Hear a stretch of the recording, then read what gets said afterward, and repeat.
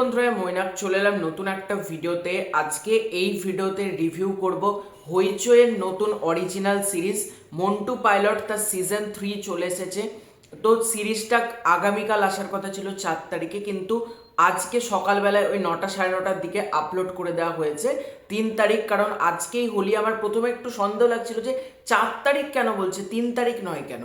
তো আজকে finally upload করে দেওয়া হয়েছে 7টা এপিসোড। কেমন লাগলো এই কাজটার ভালো দিক খারাপ দিক নিয়ে আজকের এই ভিডিওতে আলোচনা করব। সবার ফার্স্টে দেখো এই কাজটা কেমন হয়েছে। আমাকে যদি এক লাইনে বলতে বলো, আমি বলবো এই কাজটা ডিসেন্ট একটা কাজ হয়েছে। খুব আহামরি আমার খুব কাজ মনে হয়নি। কাজটা কিছু কিছু জায়গায় বিলো অ্যাভারেজ লাগবে, কিছু কিছু মোমেন্টে সিঙ্গেল পিসেসে কাজটা অ্যাভারেজ, কিন্তু কাজটা যে খুব ভালো বা ভালো আমি এটা কিন্তু বলতে পারবো না। কাজটা সেকেন্ড সিজন যেটা এসেছিল মন্টু পাইলট 2, তার থেকে এটা বেটার। কিন্তু এই কাজটা যে দুর্দান্ত একটা কাজ হয়েছে একেবারেই কিন্তু সেটা না। এই কাজটা ডেফিনেটলি কিছু পজিটিভ দিক আছে, সেগুলো বলছি। তার আগে গল্প সম্পর্কে স্পয়লার না দিয়ে তোমাদেরকে ছোট্ট করে যদি বলি, শ্রাবণী না ভ্রমর, কে ফিরছে, এবং আলটিমেটলি জাহাঙ্গীর যে চরিত্রটার এন্ট্রি হচ্ছে তার কি হচ্ছে, জাহাঙ্গীর কেনই বা শ্রাবণী তাকে দিল্লি থেকে নিয়ে এলো, সে যদি শ্রাবণী হয় তাহলে ভ্রমরের কি হলো, এর থেকে যাবতীয় ডিটেলস জানতে গেলে তোমাদেরকে 7 এপিসোডের এই কাজটা দেখে নিতে হবে। এর প্রথম পজিটিভ দিক হচ্ছে এখানে সৌরভ দাস তার অভিনয়, মানে এত ভালো তিনি অ্যাক্টিং করেছেন, পুরো ন্যাচারাল অ্যাক্টিং। একটা সিঙ্গেল মোমেন্টসে তোমাকে মানে সৌরভ দাস হুক করে রেখে দেবে পুরো সিরিজ জুড়ে। সৌরভ দাসকে যখন মারছে জাহাঙ্গীরের লোকেরা, বা সৌরভ দাস একটা মোমেন্ট অর্থাৎ মন্টু পাইলট তাকে জেলে নিয়ে যাওয়া হয়, পুলিশে তার উপর টর্চার করে, এবং পুলিশও কোথাও গিয়ে জাহাঙ্গীরের হাতে কন্ট্রোল, মানে পুলিশও জাহাঙ্গীরকে ভয় পায়। এবার জাহাঙ্গীর যা বলছে পুলিশ সেটাই শুনছে, এবং মন্টু পাইলট তার যে চোখ মুখের অ্যাগ্রেশন, বা সৌরভ দাস যেভাবে অ্যাক্টিং করেছে, যেভাবে চিৎকার করছে, সিরিয়াসলি সৌরভ দাস এই সিরিজে দুর্দান্ত কাজ করেছে, এটা বলার কোনো অপেক্ষা রাখে না। বিশেষ করে একটা পার্টিকুলার সিন আমি বলবো, একটা বৃষ্টির মুহূর্ত, সেখানে সে বলবে খদ্দের চাই, এবং এমনভাবে সে বলবে মানে রাস্তায় যে যাচ্ছে হবে দাঁড়াবেন খদ্দের চাই, মানে এমন তার অ্যাক্টিং, এবং সে যেরকম একটা সেই ক্রেজিনেস বা সে পুরো কিছু তার কাজ করছে না, তার মানে সব কিছু তার হাত থেকে বেরিয়ে যাচ্ছে, এরকম অ্যাক্টিং সে করেছে। সৌরভ দাস ডেফিনেটলি এই কাজটার মধ্যে ভালো। সাপোর্টিং যারা যারা রয়েছে তার মধ্যে সোলাঙ্কির কথা বলতে হবে, সে ভালো কাজ করেছে। কিউ অর্থাৎ কৌশিক মুখার্জি, যিনি এখানে জাহাঙ্গীরের চরিত্রটা প্লে করেছে, তার কাজও ভালো। এছাড়াও সাপোর্টিং যারা যারা রয়েছে প্রত্যেকের কাজই মোটামুটি ভালো। পার্ণ মিত্র আলাদা করে এই কাজটার মধ্যে খুব ছাপ ফেলেছে একেবারে সেটা না, তবে পার্ণ মিত্র যে যে জায়গায় এসেছে সেখানে তার অভিনয় ডেফিনেটলি ভালো। এছাড়াও এই সিরিজের মধ্যে গানের ব্যবহার, প্রতিটা এপিসোডে এত সুন্দর সুন্দর গান রয়েছে না, প্রতিটা গান খুবই মারাত্মক হয়েছে, দুর্দান্ত গানগুলো। এবং এই সিরিজের মধ্যে ইমোশন কিন্তু খুব ভালোভাবে ওয়ার্ক করেছে। কালার গ্রেডিংয়ের কাজ যেরকম মন্টু পাইলটের বাদবাকি কাজগুলোর মতন হয় ওই রকমই। এবার যদি মন্টু পাইলট 3 এর নেগেটিভ দিকে ঢুকি, এগুলো আমার পজিটিভ দিক ছিল। এবার যদি নেগেটিভ দিকে ঢুকি, নেগেটিভ দিক হচ্ছে এই সিরিজের মধ্যে যেটা সব থেকে বড় ভুল, সেটা হচ্ছে এই সিরিজটার দরকার ছিল না। এবার তোমরা বলতে পারো কেন আমি এমন কথা বলছি এত প্রশংসা করার পর।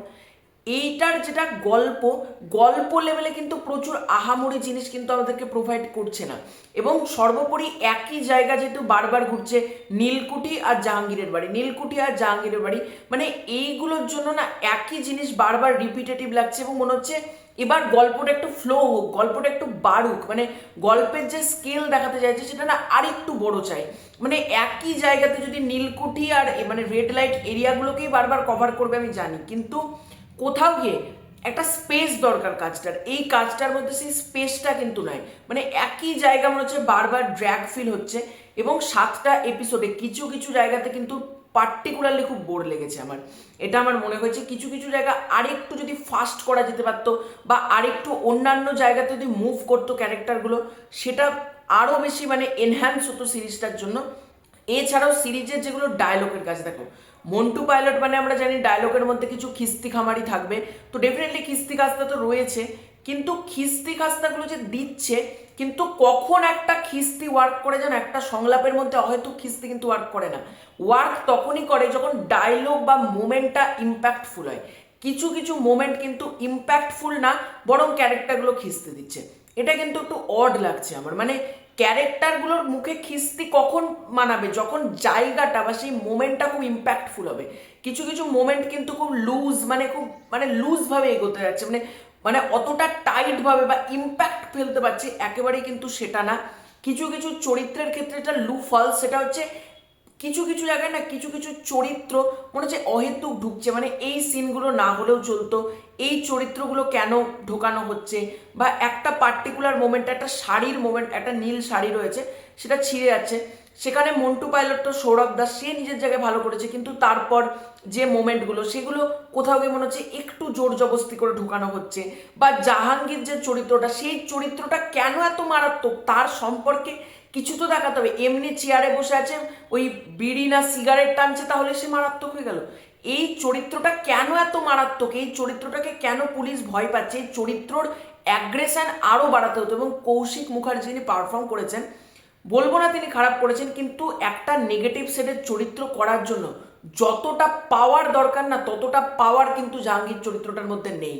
মানে জাহাঙ্গীর নামটা এমন দেওয়া হয়েছে, কিন্তু চরিত্রর মধ্যে যে সেটা পাওয়ার ব্যাপার, একটা পাওয়ার প্যাকড পারফরমেন্স, সেটা কিন্তু জাহাঙ্গীর চরিত্র অর্থাৎ কৌশিক মুখার্জি তিনি কিন্তু করতে পারেননি, আমার এটা মনে হয়েছে।